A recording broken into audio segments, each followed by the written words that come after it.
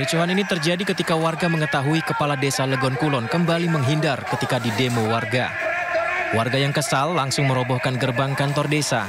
Tak hanya itu, warga melemparkan gerbang ke sungai yang berada di depan kantor desa.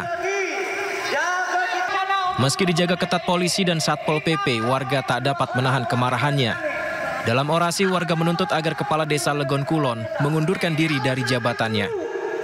Warga kesal dengan aksi Kepala Desa yang diduga melakukan pungli kepada ratusan warga dalam pembuatan sertifikat tanah gratis oleh pemerintah.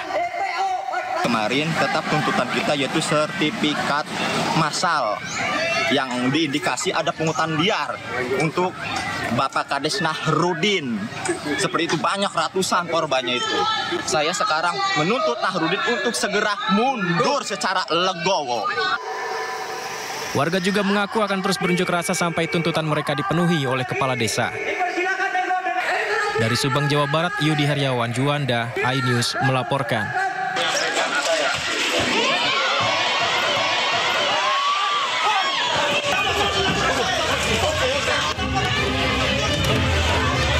Aksi demo mahasiswa di Universitas Muhammadiyah Maumere, Kabupaten Sika, Nusa Tenggara Timur sontak diwarnai aksi adu jotos.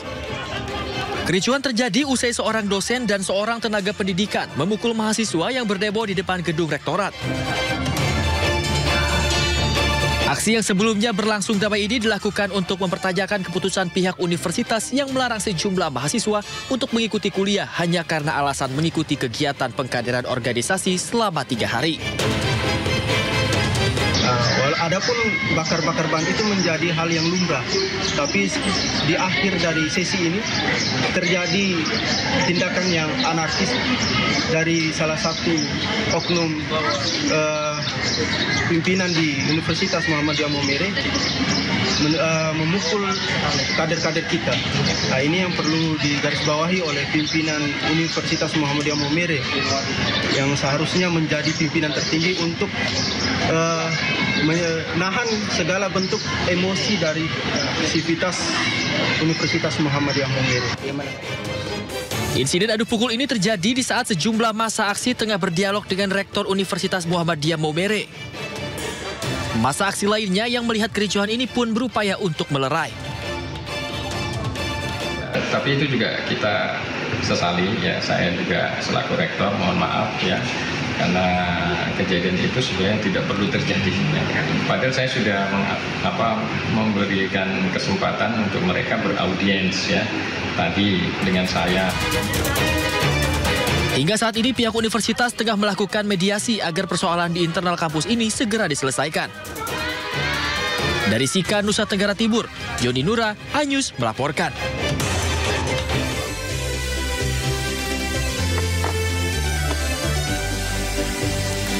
Halo Yasmin. Halo. Gimana hari ini? Hari ini kok nggak secerah biasanya, tidak berseri-seri seperti biasanya, ada apa? Mungkin masih merasa kecewa mungkin ya. Kenapa? Diapain sama seseorang atau? Oh bukan dong. Oh, bukan. Kenapa? Nampaknya mayoritas masyarakat Indonesia pagi ini merasakan kekecewaan yang mendalam atas hasil kemarin dalam kualifikasi Piala Dunia Timnas Indonesia ya itu dia kontroversial ya, gol akhir yang diraih oleh tim lawan begitu ya. Kalau saya lagi kebingungan soal matematika. Kenapa tuh? Karena soal saya 90 tambah 6 itu 96 bukan 100. Waduh, apalagi 102 ya. Kebanyakan ya. Gitu ya.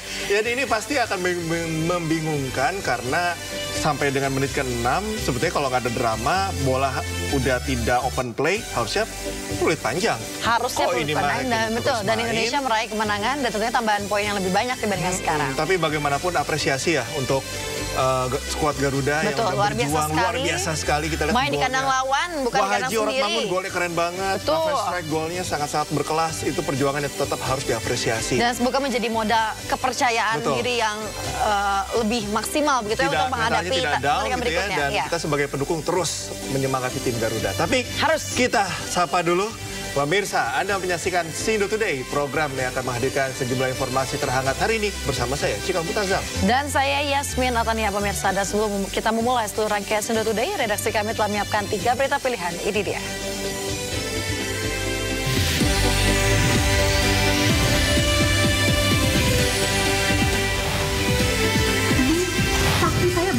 Artis Sandra Dewi membantah terima hadiah mewah dari suaminya Harvey Muiz terdakwa korupsi timah.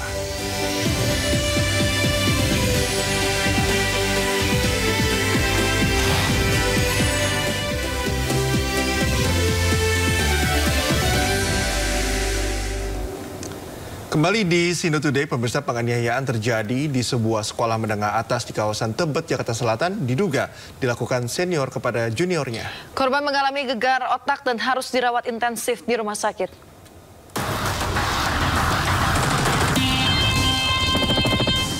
Beginilah kondisi seorang siswa salah satu sekolah swasta di kawasan Manggarai, Tebet, Jakarta Selatan usai mendapat kekerasan fisik dari kakak kelasnya. Korban masih menjalani perawatan intensif di Rumah Sakit Budi Asih, Jakarta Timur akibat luka dalam yang dideritanya. Keluarga korban juga diketahui telah membuat laporan ke Polres Jakarta Selatan atas kejadian yang menimpa korban. Tim Inafis dari Polres Jakarta Selatan telah mendatangi pihak sekolah. Polisi tengah meminta keterangan dari 5 orang saksi, diantaranya siswa dan kepala sekolah terkait aksi penganiayaan. Apakah betul ada anak yang pingsan? Oleh karena itu kemudian setelah dilihat memang betul, lanjut ke ditanya, yaitu kejadiannya memang itu anak berantem, ya itu yang bermula awalnya. Ini satu lawan satu atau? Untuk kejadian masih didalami. Hingga saat ini pihak sekolah belum memberikan keterangan resmi terkait kasus penganiayaan.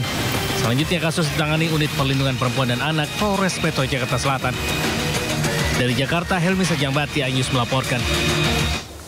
Ya, pemirsa, kondisi pelajar kelas 10 SMA di kawasan Tebet, Jakarta Selatan masih dirawat usai dioperasi akibat pendarahan di area kepala. Korban dioperasi usai diduga dianiaya oleh kakak kelasnya.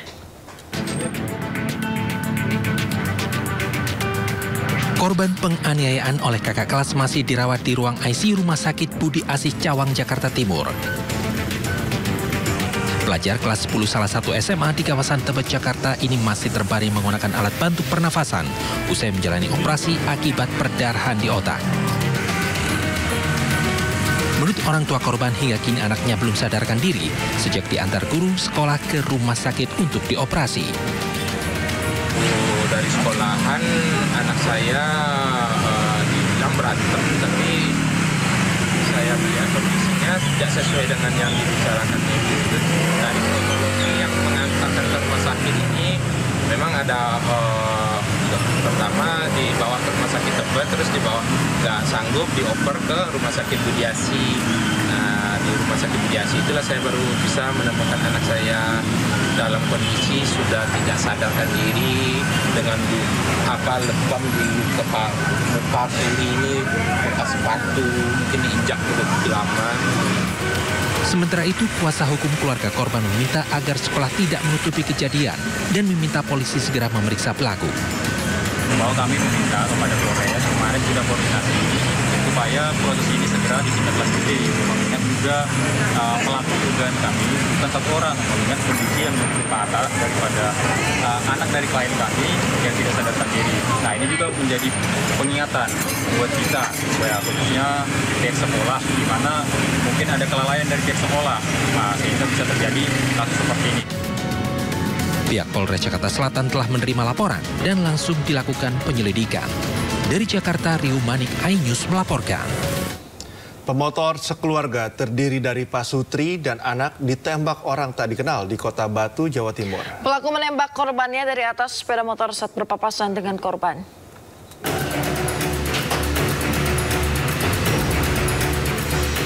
Video amatir menunjukkan aksi penembakan di Jalan Raya Wukir, Kelurahan Temas, Kota Batu, Kamis sore.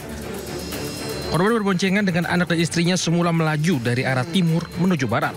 Namun sesampainya di lokasi, pelaku yang semula mendahului korban berputar balik dan langsung menembak korban. Korban atas nama Ato langsung menepi karena kesakitan dan mengalami luka tembak di bagian dada. Itu mengeluarkan seperti senjata api, seperti pistol, menembakkan kepada pengendara yang suami istri, mengenai dada atas sebelah kiri. Korban langsung dibawa ke Rumah Sakit Bayangkara Hasta Brata untuk mendapatkan perawatan medis. Rencana Jumat siang korban akan menjalani tindak operasi. Selain mengumpulkan keterangan di lokasi kejadian, Polres Batu kini juga fokus pada penanganan korban. Dari Batu, Jawa Timur, Denny Irwansyah melaporkan.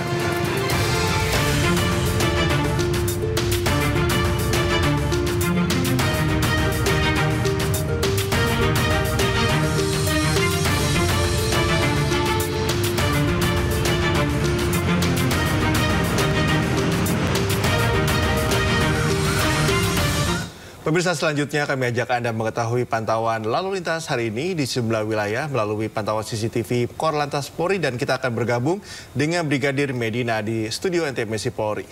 Ya, Brigadir Medina, bagaimana pantauan arus lalu lintas di sejumlah titik di wilayah Indonesia melalui pantauan CCTV saat ini? Baik, terima kasih Haikal dan Jasmine, dan juga selamat pagi pemirsa. Menemani aktivitas pagi hari Anda, kami akan mengajak pemirsa untuk mengetahui bagaimanakah kondisi arus lalu lintas melalui pantauan CCTV Korlantas Polri di sejumlah titik di wilayah Indonesia. Untuk yang pertama, kita pantau dari kawasan JPO Taman Anggrek, Jakarta Barat, di mana arus lalu lintas dari arah Selipi akan mengarah ke Grogol melalui jalur arteri saat ini dalam situasi ramai dan juga lancar. Kemudian arus lalu lintas di tol dalam kota dari arah Jakarta yang akan mengarah ke tol Airport Jalan Profesor Sediatmoko saat ini sudah mengalami perlambatan kecepatan kendaraan yang didominasi oleh kendaraan pribadi roda 4. Kami menghimbau kepada Anda para pengendara agar selalu menjaga batas kecepatan maksimal kendaraan Anda untuk keselamatan diri Anda pribadi maupun pengendara lain. Untuk selanjutnya kita bergeser di kawasan Pos Polisi Kanci, Jawa Barat,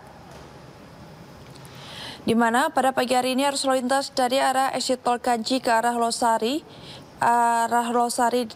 mengarah ke Semarang saat ini terpantau kondusif lancar. Belum terjadi peningkatan volume arus kendaraan yang cukup signifikan di kawasan tersebut. Kami menghimbau kepada Anda para pengendara untuk mengantisipasi banyaknya kendaraan yang berhenti melewati garis stop untuk menunggu antrian traffic light. Untuk selanjutnya kita bergeser di kawasan Tugu Nyi Ageng Serang, Kulon Progo, di mana arus lalu lintas dari arah Jalan Wates Purworejo yang akan mengarah ataupun sebaliknya saat ini dalam situasi ramai dan juga lancar, dan kecepatan di kawasan tersebut dapat ditempuh berkisar 30 hingga 50 km per jam. Hal yang sama juga terjadi dari arah Jalan Pahlawan yang akan mengarah ke Jalan Wates Purworejo ataupun sebaliknya. Kami menghimbau kepada Anda para pengendara agar selalu menjaga batas kecepatan maksimal kendaraan Anda dikarenakan adanya persimpangan di kawasan ini. Untuk selanjutnya kita bergeser di kawasan Simpang 3 Trunojoyo, Jember, Jawa Timur, di mana arus lalu lintas dari arah Pakusari yang akan mengarah ke Kaliwates saat ini dalam situasi ramai dan juga lancar. Hal yang sama juga terjadi dari arah Patrang yang akan mengarah ke Kaliwates. Kami menghimbau kepada para pengendara agar selalu berhati-hati dalam berkendara dikarenakan banyaknya aktivitas masyarakat seperti penyeberang di kawasan tersebut. Dan pemirsa, berdasarkan data IRSMS Korlantas Polri, angka kecelakaan lalu lintas di seluruh Indonesia selama 1 kali 24 jam terjadi sebanyak 246 kasus laka lantas dengan rincian 27 meninggal dunia, 38 luka berat dan 268 luka ringan. Dari 246 kasus laka lantas tersebut, 97% terjadi di jalan non-tol. Dan pemirsa, guna menekan angka pelanggaran dan kecelakaan lalu lintas, Korlantas Polri akan melaksanakan Operasi Zebra 2024 yang berlangsung dari tanggal 14 Oktober hingga 27 Oktober 2024. Operasi ini bertujuan tidak hanya untuk menekan pelanggaran penegakan hukum, tetapi juga memberikan edukasi kepada masyarakat mengenai pentingnya keselamatan berkendara di jalan raya. Demikian yang dapat kami informasikan langsung dari studio NTMC Polri. Semoga bermanfaat. Selamat pagi dan salam presisi. Silakan kembali ke studio. Baik, terima kasih Brigadir Medina melaporkan dari studio NTMC Polri Jakarta. Selamat bertugas kembali dan salam presisi.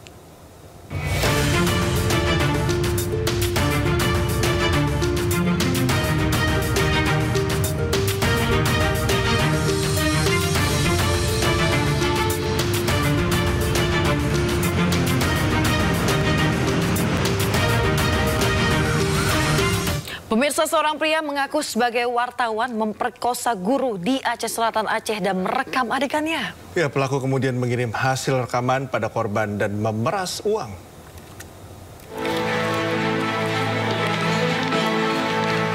Asep, pelaku pemerkosaan dan pemerasan, ditangkap polisi di Sawang, Aceh Selatan.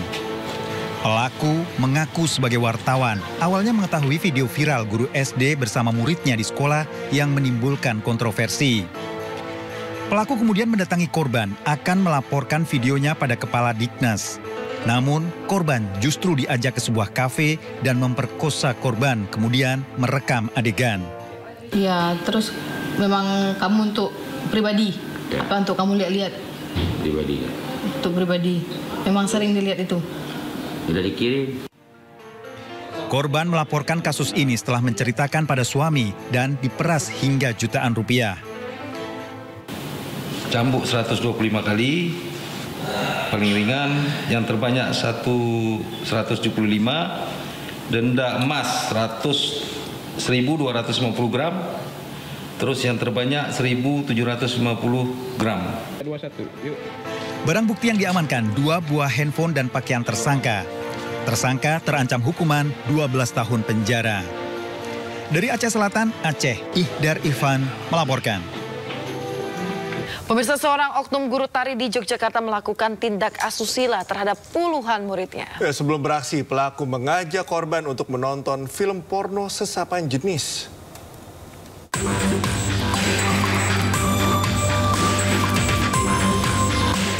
EDW, pelaku pencabulan terhadap anak di bawah umur, ditangkap Polsek Gamping, Yogyakarta. Pria berusia 29 tahun ini merupakan guru tari warga asal Godean. Pelaku ditahan karena telah melakukan pencabulan kepada 22 anak di bawah umur dan melakukan hubungan sesama jenis. Aksi pelaku terkuak setelah salah satu korban melapor ke orang tuanya. Laporannya pada saat itu warga menyampaikan bahwa anaknya menjadi korban daripada pencabulan setelah melihat video yang ditunjukkan oleh orang tua dari rekan korban yang juga sama menjadi korban pelecehan seksual oleh pelaku. Kalau tersangka ini profesinya sebagai apa ini? Tersangka ini bekerja sebagai outsourcing di salah satu taman kanak-kanak yang juga menyambi sebagai pengajar seni tari di Gamping gitu. Saya terpengaruh pornografi yang menyimpang sehingga saya melakukan hal yang menyimpang. Terus target korban itu umur berapa sampai umur berapa? Sebenarnya saya tidak target, namun siapa yang mau main ke rumahku aku welcome. Selain pelaku, polisi juga mengamankan sejumlah barang bukti berupa spray, pakaian tersangka, dan 1 unit CPU komputer. Pelaku dijerat dengan pasal tentang perlindungan anak dengan ancaman hukuman 15 tahun penjara. Dari Yogyakarta, Gunanto Farhan, iNews melaporkan. Bermaksud menagih hutang ke nasabah, seorang pegawai koperasi simpan pinjam dianiaya kepala desa dan warganya di Mandailing, Natal, Sumatera Utara. Ya, video penganiayaan kepala desa dan warganya kepada pegawai koperasi ini viral di media sosial.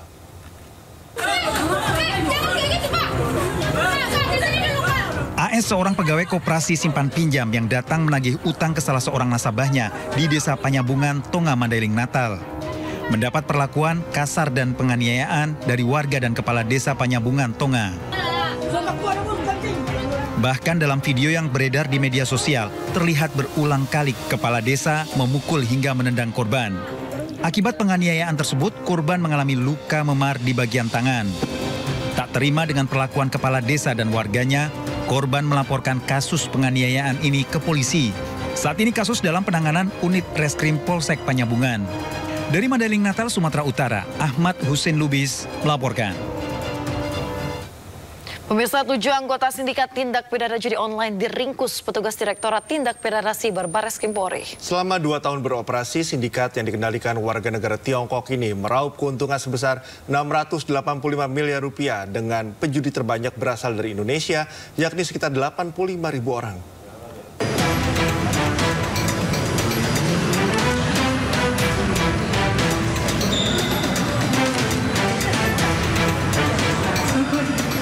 Sejumlah barang bukti seperti uang tunai sebanyak 6 miliar rupiah, belasan unit telepon genggam, komputer jinjing atau laptop dan token bank ini disita petugas Direktorat Tindak Pidana Cyber Bareskrim Polri dari sindikat judi daring atau judi online.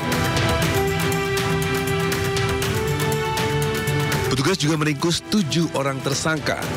Salah satunya adalah warga negara Tiongkok yang merupakan pengendali judi daring bernama website slot 8278. Ketujuh tersangka memiliki peran sesuai keahlian masing-masing. Dari hasil penyelidikan, server slot 8278 diketahui berada di Tiongkok dan beroperasi di beberapa negara Asia Tenggara lain seperti Thailand, Malaysia, Kamboja, dan Vietnam. Namun secara aktif, sindikat ini menargetkan pasar di Indonesia dengan jumlah pemain mencapai 85.000 orang. Situs ini menarik pemain dari Indonesia dengan menyediakan berbagai jenis permainan judi daring, antara lain Fortune Tiger, Magic Whale, Domino Poker, Gate of Olympus, dan beberapa permainan lainnya. Modus operandi perjudian daring ini memanfaatkan penyedia jasa pembayaran serta rekening bank yang berada di Indonesia untuk melakukan deposit dan withdraw, dan para pelaku juga membuat aplikasi untuk mengkoneksikan deposit dan withdraw dari penyedia jasa pembayaran ke website perjudian tersebut yang berada di China. Dari pengungkapan tersebut, 7 orang telah ditetapkan sebagai tersangka, 1 warga negara asing, dan 6 warga negara Indonesia. Sindikat ini diketahui sudah beroperasi selama 2 tahun dengan putaran uang mencapai 685 miliar rupiah. Para tersangka kini mendekam di tahanan Bareskrim Polri dan dijerat pasal berlapis dengan ancaman hukuman maksimal selama 20 tahun penjara. Sebelumnya, petugas kepolisian unit Vice Control Polres Jakarta Barat menggerebek sebuah tempat judi online di sebuah apartemen kawasan Jakarta Utara. Petugas mendapati alat untuk mengendalikan permainan judi online. Sejak Juni 2024 hingga awal Oktober ini, Bareskrim Polri mengungkap 198 kasus perjudian daring dan menangkap 247 tersangka. Beralih ke informasi lain, pemirsa, Kejaksaan Agung menghadirkan artis Sandra Dewi dalam sidang lanjutan kasus dugaan korupsi pengelolaan timah. Sandra Dewi bersaksi untuk suaminya Harvey Muiz terdakwa dalam kasus tersebut. Ditemani kuasa hukumnya, artis Sandra Dewi tiba di Pengadilan Negeri Jakarta Pusat. Sandra Dewi tidak banyak bicara saat memasuki ruang sidang. Kehadiran Sandra Dewi untuk memberikan kesaksian dalam sidang dugaan korupsi pengelolaan timah yang menjerat suaminya Harvey Muiz. Harvey Muiz didakwa telah melakukan tindak pidana pencucian uang dan jaksa menyebut sebagian uang korupsi Harvey mengalir kepada istrinya, Sandra Dewi. Dalam kesaksiannya, Sandra Dewi juga membantah tas mewah yang dimilikinya merupakan pemberian dari suaminya Harvey Muiz. Sejumlah tas tersebut hasil dari usahanya sendiri melalui endorse di media sosial.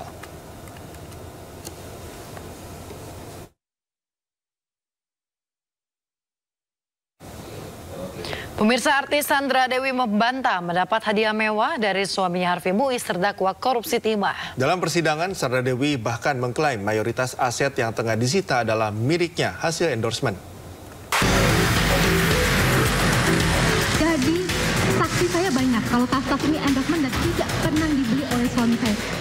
Di hadapan majelis hakim, artis Sandra Dewi membantah suaminya Harvey Muiz sekaligus terdakwa korupsi timah memberikan dirinya tas-tas mewah. Sandra Dewi bahkan menyebut ratusan tas branded miliknya merupakan barang endorse dari 23 toko yang ia promosikan. Ada 23, lebih dari 23 toko-toko tas branded di Indonesia ini yang endorse saya, yang memberikan saya tas. Di mana ketika mereka memberikan tas itu, saya mempromosikannya di sosial media saya yang mempunyai pengikut 24,2 juta followers. Di mana ketika tas-tas itu datang, saya promosikan, saya unboxing, saya buka kotaknya, saya posting kalau tas ini di endorse oleh toko apa. Ini sudah 10 tahun saja, ada ratusan tas yang mulia sebenarnya. Sandra juga membantah mendapatkan hadiah mobil-mobil mewah dari suaminya di hari ulang tahunnya. Cincin pertunangan, cincin kawin? Ya itu bukan hadiah kalau cincin perkawinan kan dari awal. Yang hadiah ini kan membelikan mobil, membelikan itu kan hadiah itu. Membelikan mobil tapi bukan atas nama saya yang mulia. Karena ini dipakai bersama. Anak-anak saya pakai, beliau juga pakai. Ini pernah menjadi hadiah ulang tahun juga? Tampak seperti hadiah ulang tahun tapi bukan atas nama saya dan kami gunakan bersama. Saya, anak-anak, dan Pak Harvey. Tapi diberikan pada saat saudara ulang tahun? Pas ya. Di tengah bantahannya terhadap hadiah barang-barang mewah dari sang suami, Sandra Dewi justru terkesan flexing di tengah persidangan. Yang di depan rumah saya itu Mini Cooper, Rolls Royce sama Alphard saya. Nggak pernah bercerita Pak Harvey punya mobil ini? Saya nggak ngerti mobil, Pak. Ya. Tidak tertarik. Oh, tidak tertarik. Sandra juga membantah 141 logam mulia miliknya yang turut disita Kejagung juga bukan pemberian suaminya, melainkan endorsement sebagai brand ambasador sejumlah merek perhiasan dan hadiah dari keluarga. Tak hanya itu, Sandra juga membantah terkait kepemilikan jet pribadi yang disangkakan pada suaminya. Sandra juga mengaku telah melakukan perjanjian pisah harta dengan Harvey Muiz sebelum menikah. Dari Jakarta, Nisa Sahib, Zulkarnain, iNews melaporkan. Pemirsa, kepemilikan sejumlah tas mewah milik artis Sandra Dewi ikut terseret dalam kasus korupsi timah yang melibatkan suaminya Harvey Muiz. Ya pemirsa, dan berikut ini adalah 88 tas Sandra Dewi yang disita.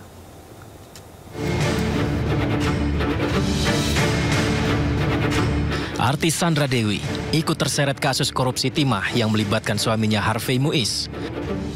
88 tas Sandra Dewi disita dan dipertanyakan. 6 diantaranya sempat dinyatakan palsu oleh Kejaksaan Agung.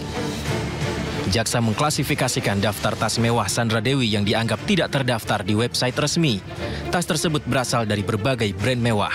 Dan berikut sejumlah tas milik Sandra Dewi.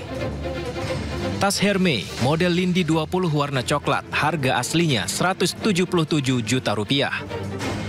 Chanel model klasik double flatback warna merah, harga aslinya Rp90,8 juta.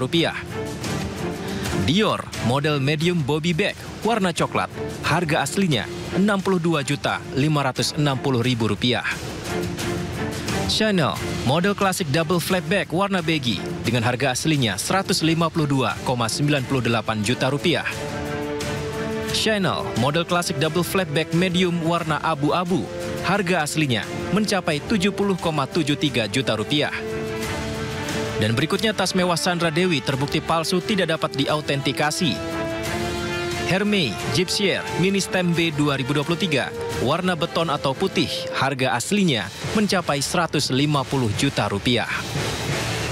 Jika dalam persidangan terakhir Sandra Dewi menyatakan bahwa ia memiliki tas hasil endorse dan bukan pemberian suaminya, lantas bagaimana pertanggungjawaban melalui pajaknya? Dan bagaimana menjawab keaslian dari tas-tas mewah miliknya? Tim Liputan iNews melaporkan.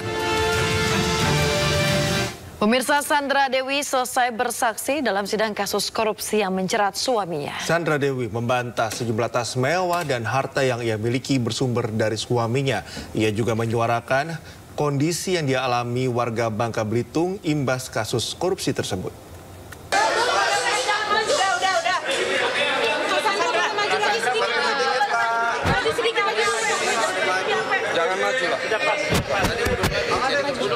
Teman-teman, terima kasih sudah menemani saya sampai hari ini. Saya hanya hari ini datang untuk memberikan klarifikasi kalau saya ini punya pendapatan sendiri. Tas-tas itu sudah 10 tahun saya mendapatkan endorsement dari lebih dari 23 toko tas-tas branded Indonesia yang mengendorse saya. Mas-mas juga saya dapatkan dari brand yang saya iklankan selama ini. Kemudian inti dari kasus ini setelah saya mencari tahu adalah BUMN alias PT Timah mengundang, BUMN PT Timah ini mengundang dan mengajak swasta untuk bekerja sama untuk kepentingan BUMN, yaitu kepentingan negara PT Timah. Swasta hanya menjalankan saja, hanya membantu saja BUMN untuk kepentingan negara. Jadi swasta-swasta ini hanya menjalankan apa yang mereka disuruh. Dan saya yakin PT Timah pun mengajak swasta bekerja sama dan mengundang swasta-swasta ini untuk kepentingan PT Timah, untuk kepentingan BUMN, dan untuk kepentingan negara. Dan saya hari ini mau berbicara karena saya berjanji kepada saudara-saudara saya, kepada keluarga saya, kepada teman-teman saya, guru-guru saya di Bangka Belitung, saya harus menyuarakan apa yang mereka post di sosial media, apa yang mereka suarakan di sosial media selama ini tidak terdengar sama sekali. Karena masyarakat kami ini, nenek moyang kami ini adalah penambang timah. Masyarakat kami sudah memiliki budaya kerja selama ratusan tahun. Jadi sekarang banyak sekali masyarakat kami yang kehilangan mata pencahariannya. Dan keadaan Bangka Belitung pun menjadi mencekam, banyak pencurian, perampokan, dan juga begal di mana-mana. Tentang potensi kerugian alam yang digaung-gaungkan. Menurut saya, Putri Bangka Belitung, nenek moyang saya ini sudah menambang timah ratusan tahun yang lalu. Kolong-kolong timah ini sudah ada lama sekali. Dari saya waktu datang ke Jakarta sudah ada kolong-kolong bekas timah ini. Apakah adil disalahkan kepada kerjasama yang hanya 1,5 tahun antara swasta dan juga PT Timah? Jadi saya harap jika ada aksi seperti ini harus ada juga solusi, peraturan yang cocok dengan keadaan dan kondisi untuk masyarakat Bangka Belitung. Jadi hari ini saya hanya menyampaikan apa yang saudara saya sampaikan di Bangka Belitung. Semoga ada peraturan yang sesuai dengan kondisi untuk masyarakat Bangka Belitung. Karena ini bukan hanya masalah saya, tapi masalah di Bangka Belitung. Karena swasta-swasta ini adalah orang-orang yang sangat membantu perekonomian di Bangka Belitung, memberikan lapangan pekerjaan yang banyak, memberikan banyak hal-hal yang baik untuk masyarakat Bangka Belitung. Itu saja, maaf banget gak bisa.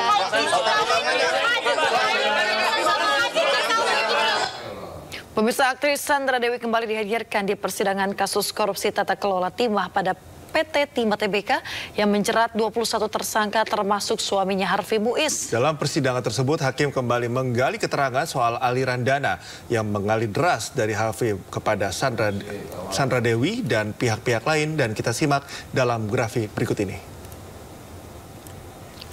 Dalam persidangan kali ini, Sandra Dewi ditanyai hakim soal aliran dana dari rekening Sandra Dewi ke pihak istri dari Suparta yang menjabat sebagai Dirut PT Refine Bangka Tim atau RBT Anggapani. Kedua pihak membenarkan adanya transfer, namun Sandra Dewi menyatakan uang 10 miliar tersebut adalah pinjaman pribadi Suparta ke pihaknya untuk modal bisnis dengan bunga 18%. Istri dari Suparta, Anggreni, juga menyatakan uang itu telah dikembalikan dengan skema pembayaran transfer dan tunai beberapa kali. Sebelumnya, jaksa mendakwa adanya aliran dana dari Harvey Muiz ke Sandra Dewi hingga 3,1 miliar rupiah. Jaksa juga menyatakan Harvey memberikan sejumlah barang mewah, termasuk tas mewah dengan berbagai merek, sehingga Kejaksaan Agung menyita 88 tas mewah. Menurut kuasa hukum Sandra Dewi, semua tas miliknya dibeli dari hasil usaha Sandra Dewi. Suami Sandra Dewi, Harvey Muiz, didakwa menerima cipratan 420 miliar rupiah dari korupsi tata kelola timah. Harvey Muiz yang menjadi perpanjangan dari PT RBT disebut melakukan kong kali kong dengan PT Timah Tbk untuk mengakomodir pertambangan liar di wilayah IUP PT Timah. Kejaksaan juga menduga Harvey menyamarkan pemberian uang tersebut dengan dalih nama CSR.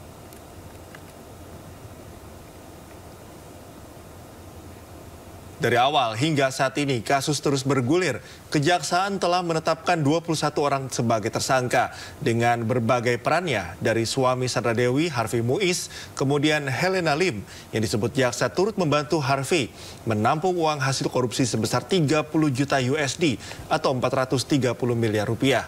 Selain itu, turut terlibat juga Direktur Utama PT Timah periode 2016-2021 Mukhtar Riza Palevi. Kemudian juga mantan Dirjen Minerba Kementerian SDM periode 2015-2022 Bambang Gatot Aryono.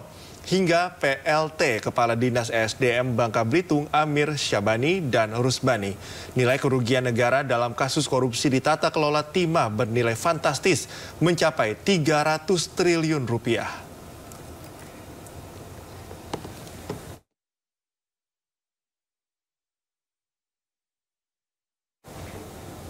Jelang akhir masa jabatan Presiden Ibu Negara Jokowi dan Iriana berpamitan kepada pegawai istana yang sudah menemani selama 10 tahun. Informasinya usai jeda, tetaplah bersama kami di Sindo Today.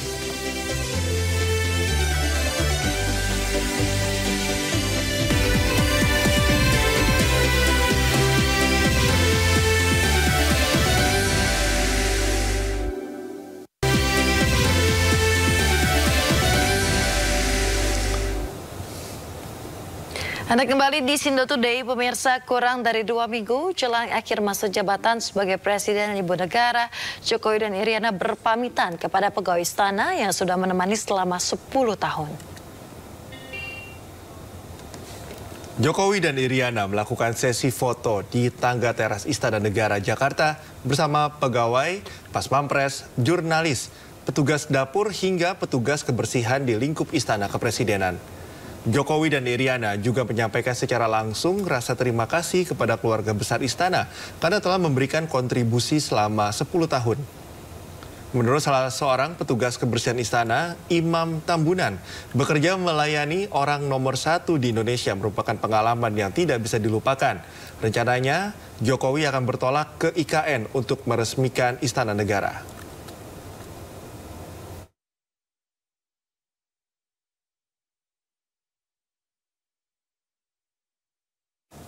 Pemirsa, Presiden terpilih Prabowo Subianto kembali memberi sinyal ihwal menteri yang akan menjabat dalam kabinet barunya. Prabowo memberi bocoran banyak menteri lama yang akan kembali menjabat. Menteri-menteri yang akan datang ya banyak juga yang berada di kabinet yang sekarang. Tetapi saya lihat adalah begini. Pada ujungnya setiap penerima mandat dari rakyat memikul tugas dan tanggung jawab yang tidak ringan. Dan kalau kebetulan orangnya masih bagus, pasti kita akan minta untuk ikut lagi.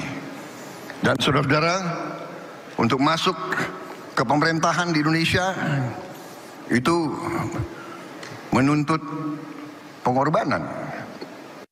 Pemirsa, Pengadilan Tata Usaha Negara atau PT-UN Jakarta menunda sidang putusan gugatan PDIP terhadap Komisi Pemilihan Umum atau KPU RI. Putusan gugatan PDIP terkait pencalonan Gibran Rakabuming Raka sebagai Wakil Presiden 2024 terpaksa ditunda Pengadilan Tata Usaha Negara. Pembacaan ditunda karena Ketua Majelis Hakim sedang sakit. Sakitnya Ketua Majelis Hakim yang menangani perkara ini tidak bisa digantikan.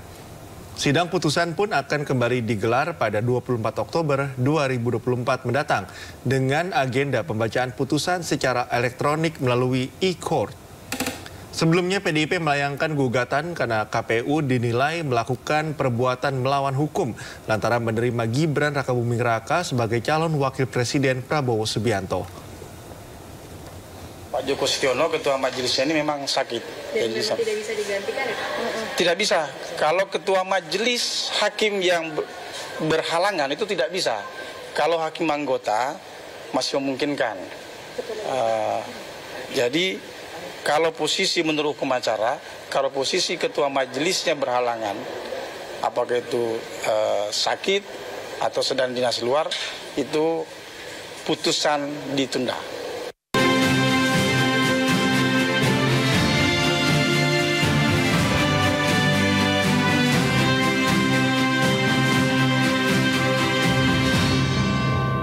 Pemirsa, calon Wakil Gubernur Jakarta nomor urut 3 Rano Karno atau Sidul melanjutkan agenda kampanye di Bidara Cina, Jakarta Timur pada Kamis siang. Ya, kepada warga, Sidul berjanji akan meringankan pajak di Jakarta jika terpilih.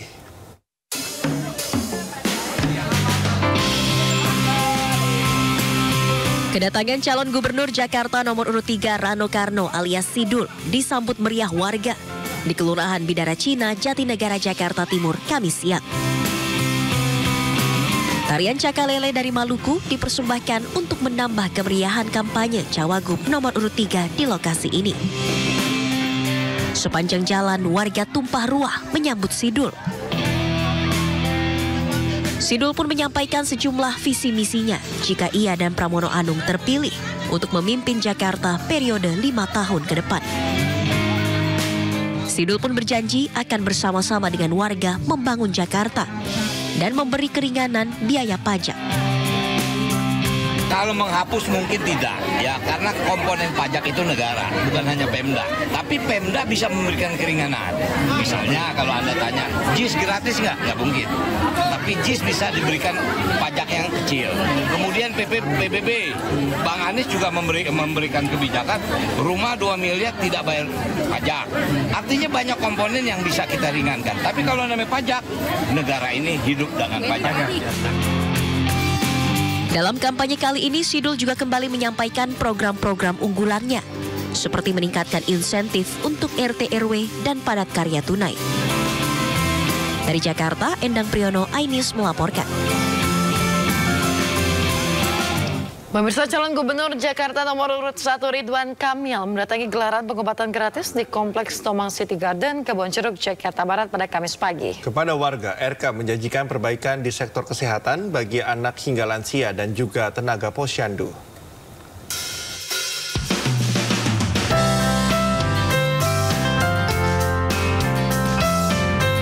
Menaiki transportasi umum bajai, calon gubernur Jakarta nomor urut 1 Ridwan Kamil melanjutkan agenda kampanye dengan mendatangi Kompleks Tomang City Garden, Kebonjeruk, Jakarta Barat, Kamis pagi.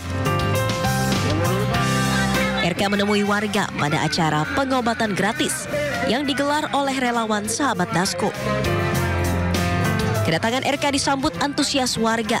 RK pun mendatangi dan menyalami satu persatu warga yang tengah menunggu pemeriksaan kesehatan. RK juga menyempatkan diri memeriksakan kesehatan dirinya kepada dokter yang bertugas. Di bidang kesehatan, RK menyampaikan sejumlah program kerja jika terpilih sebagai Gubernur Jakarta 2024-2029. Salah satunya adalah program dokter keliling, yang merupakan pemeriksaan kesehatan kepada lansia yang tidak dapat menuju lokasi pelayanan kesehatan. Ada curhatan dari lansia, tadi ada 3 program ya. Pertama ada dokter keliling untuk lansia yang nggak bisa mobilitasnya bergerak, dokternya yang datang. Kemudian ada anak sekolah sahabat lansia, itu tugas sekolah nanti, tiap 10 anak sekolah wajib punya 1 sahabat lansia. Nanti mereka datang bawa makanan, bikin konten yang bahagia, anaknya jadi punya empati, si lansianya nggak kesepian lagi. Selain menyiapkan program di bidang kesehatan, pasangan Ridwan Kamil Suswono dalam kampanyenya juga mensosialisasikan berbagai program untuk peningkatan kesejahteraan warga Jakarta. Dari Jakarta, Stephen Patinama, Nadifa Putri, iNews melaporkan.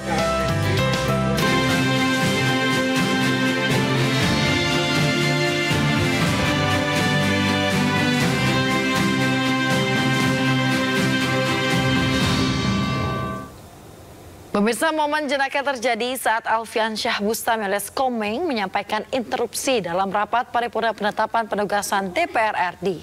Maksud kami DPD RI. Ya, Komeng ini mengaku bingung ditugaskan di Komite 2 karena membidangi pertanian. Padahal ia sangat ingin bertugas di Komite 3 yang membidangi seni dan budaya. Ini dapur saya di Jabar nih banyak kan emak-emak pimpinan. Jadi tahu sendiri mulut mama kan paling sakti di dunia. Nah, saya ini sebenarnya komitenya ingin di seni budaya, tapi saya habis dijenggutin, jadi saya masuk ke Komite 2 yang saya tidak memahami kata soal pertanian. Nah, tadi kan pimpinan bilang itu harus mempelajarinya cepat. Pimpinan bisa mengarahkan saya harus belajar kemana? Nah, itu. Terima kasih pimpinan. Interupsi pimpinan Mayor Barat Daya. Ya, sebentar. Pak Merda, ini saya pikir benar. Artinya ini pengakuan jujur dari seorang Senator Komeng. Teman-teman begini, ada Senator Agita, Senator Anya, dan teman-teman. Jawa Barat ada Mbak Jihan Faira. Sebenarnya prosesnya muncul dari bawah nih. Teman-teman berempat-berembuk. Harusnya Senator Komeng bilang, ini bidang saya, seni budaya. Nah, Tapi kan sudah terlanjur masuk ke pimpinan dan kita ketok. Bisa, kalau seandainya pun sore nanti atau malam nanti pun teman-teman bersepakat berubah, bisa aja usulkan ke kami, nanti kita ketok lagi tapi. Kalau seandainya bersepakat, atau belajar dulu Pak Komeng setahun, ikuti aja dulu keputusan ini, tahun depan berubah. Oh itu. Ya. Kita nggak mau dipindah Pak. Kita mau kedua aja. Hah? Kalau pindah kan ntar nyewa truk lagi. Enggak, Pak Komeng, teman-teman di Komite 2 tuh pengen Bapak tetap di Komite 2 biar banyak hiburan gitu loh. Iya Pak, emang boleh tidak, nggak boleh. Tapi janji dia kepada konstituen dia, itu budaya, sering saya lihat itu. Bagusnya memang diposisikan itu, nanti janji dia di media, itu di budaya. Oke, begini. Tiga. Ya sebentar. Kami hanya menawarkan saja. Saya mengerti, sangat mengerti apa yang dimaksud oleh Pak Komeng. Kalau teman-teman bertiga atau berempat setuju, ya sudah berembuk, kami jadikan keputusan yang tidak terpisahkan dari sekarang. Kalau memang mau dipindah.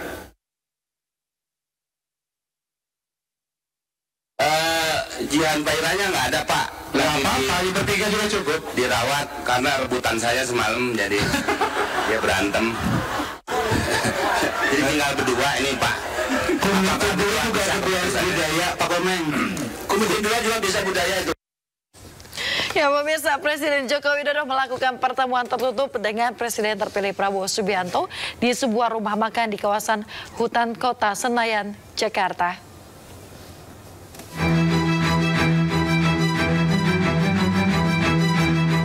Dari foto yang beredar di media sosial, Presiden Joko Widodo dan Presiden terpilih Prabowo Subianto terlihat bertemu sembari menyantap makan malam bersama pada Rabu malam. Pertemuan keduanya digelar secara tertutup dan berlangsung selama 2 jam sejak pukul 7 malam waktu Indonesia Barat. Usai bertemu, kendaraan Presiden Joko Widodo dan Presiden terpilih Prabowo Subianto secara bergantian meninggalkan rumah makan sekitar pukul 9 malam. Sementara pihak istana buka suara perihal pertemuan Presiden Jokowi dan Prabowo Subianto. Keduanya disebut mengadakan pertemuan secara informal untuk memastikan proses transisi pemerintahan berjalan baik dan lancar. Tapi juga ada pertemuan-pertemuan yang sifatnya informal yang dilakukan, dan saya kira ini satu hal yang sering juga dilakukan oleh Presiden sambil makan malam santai berbicara tentang berbagai hal yang terkait dengan upaya memastikan proses transisi pemerintahan itu berjalan dengan baik dan lancar, dan juga bagaimana mendiskusikan program-program unggulan yang akan dijalankan oleh Presiden terpilih, dan itu sudah disiapkan sejak awal ya oleh Presiden Jokowi, dan bahkan sudah menjadi sebuah benchmark ya, boleh dikatakan sebuah contoh terbaik di dalam proses transisi itu seperti apa. Ditemui secara terpisah, Ketua Harian DPP Partai Gerindra Sufmi Dasko juga menyampaikan hal senada. Pertemuan Jokowi Prabowo untuk membicarakan estafet kepemimpinan pada 20 Oktober mendatang. Kalau dibilang pertemuan dalam rangka apa, kedua tokoh ini memang kerap bertemu dan ya sesekali bertemu di luar makan kan gitu. Dan pembicaraan saya tidak tahu persis secara rinci apa karena 2 jam lebih. Tapi paling tidak saling tukar-menukar informasi dan membicarakan soal transisi yang sebentar lagi ada estafet kepemimpinan di tanggal 20 Oktober. Demikian. Dari pihak istana maupun Gerindra tidak menampik maupun membenarkan terkait ada atau tidaknya pembicaraan soal kabinet di pemerintahan Prabowo mendatang. Dari Jakarta, tim liputan iNews melaporkan. Pemirsa, pakar hukum tata negara Refli Harun menilai pertemuan Presiden Joko Widodo dan Prabowo Subianto beberapa waktu lalu mengisyaratkan negosiasi politik terkait titipan Jokowi di masa kepemimpinan Prabowo ke depan. Refli bahkan menyebut Jokowi meminta-minta di akhir masa jabatannya. Sementara staf khusus kepresidenan Ari Dwi Payana menilai pertemuan keduanya hanyalah upaya memastikan transisi pemerintahan berjalan mulus. Itu ingin dia jadikan simbol bahwa dua hal. Dia masih bisa menguasai Prabowo dan barangkali at the same time dia ingin menunjukkan bahwa saya dan Prabowo itu akrab, tidak ada apa-apa. Saya kira salah satu pembicaraan serius adalah dua hal. Bukan salah satu dua hal. Jaminan keamanan dia dan keluarganya plus pelantikan Fufu Fafa, itu dugaan saya, ya.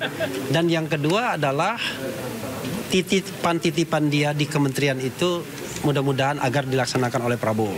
Saya kira kalau cawe-cawe itu dia punya kekuasaan. Kalau sekarang dia tidak lagi cawe-cawe, tapi minta-minta sudah. Satu hal yang sering juga dilakukan oleh Presiden sambil makan malam, santai, berbicara tentang berbagai hal yang terkait dengan upaya memastikan proses transisi pemerintahan itu berjalan dengan baik dan lancar, dan juga bagaimana mendiskusikan program-program unggulan yang akan dijalankan oleh Presiden terpilih, dan itu sudah disiapkan.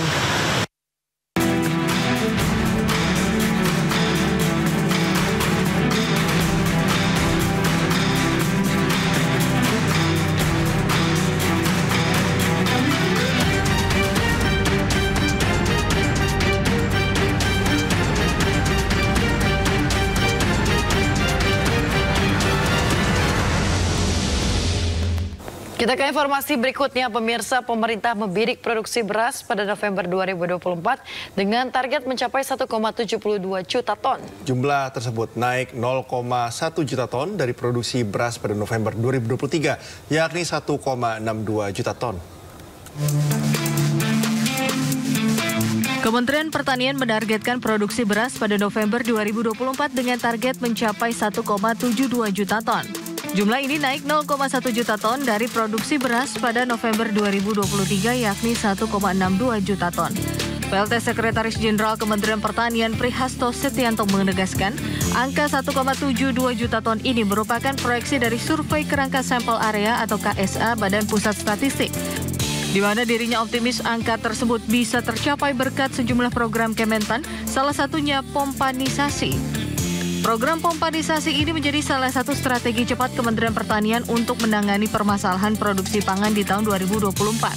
Adapun Indonesia sendiri sempat mengalami masa-masa sulit imbas dari El Nino pada 2023 lalu. Kondisi ini sempat membuat Indonesia melakukan impor cukup besar demi memenuhi kebutuhan pangan. Di sisi lain, dalam menghadapi tantangan global serta ancaman krisis pangan dunia, pemerintah berupaya cepat mencari solusi melalui program pompanisasi. Menurutnya, pompanisasi telah menunjukkan hasil yang luar biasa dari sisi produksi pertanian. Pemirsa, 16 bos perusahaan tambang di Indonesia berkomitmen untuk berinvestasi besar di Ibu Kota Nusantara atau IKN. Iya, tak tanggung-tanggung investasi 16 bos tambang tersebut dalam jumlah besar dan akan tergabung dalam konsorsium investasi IKN. Didampingi Menteri SDM Bahlil Lahadalia, Menteri Investasi Rosan Rosani, serta Menteri PUPR sekaligus PLT Kepala Otorita IKN Basuki Hadi Mulyono. 16 pimpinan perusahaan tambang di Indonesia berjanji di hadapan Presiden Joko Widodo akan menanamkan modal dalam jumlah puluhan triliun rupiah di proyek pembangunan Ibu Kota Nusantara atau IKN. Bos-bos besar perusahaan tambang di Indonesia tersebut secara resmi menyatakan diri akan melakukan investasi area operasi IKN. Di antaranya investasi pembangunan fasilitas gaya hidup, restoran, hingga taman bermain di kawasan IKN.